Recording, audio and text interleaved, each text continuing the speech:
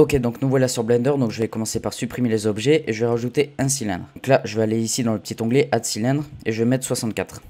Je vais aller dans l'Edit Mode, je vais le tourner de 90 degrés. Ensuite, je vais rajouter un modifieur de type Mirror sur l'axe des Y.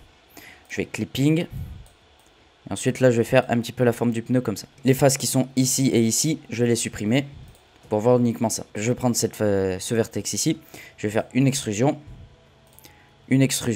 Ensuite je vais amener vers l'intérieur, je refais une extrusion, et là je fais une extrusion mais uniquement vers l'intérieur. Donc là j'ai oublié de faire quelque chose, je vais faire CTRL R, je vais l'amener un peu vers ici, je vais prendre ce groupe de vertex ici, de d'edge, et je vais faire ça, vers l'intérieur, pour avoir la base du pneu principal. Alors donc là ce que je vais faire c'est que je vais prendre cette partie ici, je vais faire un scale, donc pour avoir un pneu un peu ondulé, et là je vais faire CTRL R deux fois, enfin je fais deux fois la monnaie de la souris.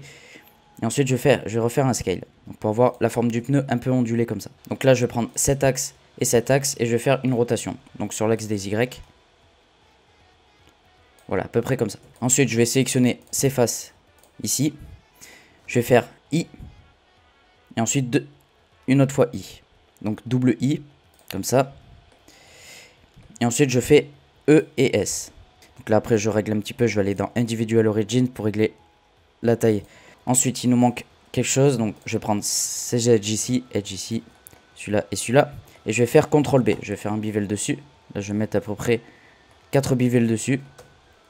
Et ensuite, je smooth. Là, je vais rajouter edge split.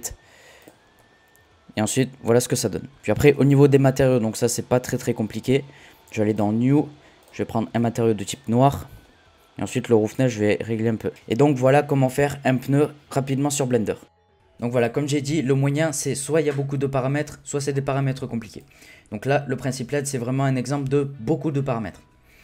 Alors donc nous, ce qu'on utilise le plus dans le principe LED, donc en tout cas pour créer des textures réalistes, ça va être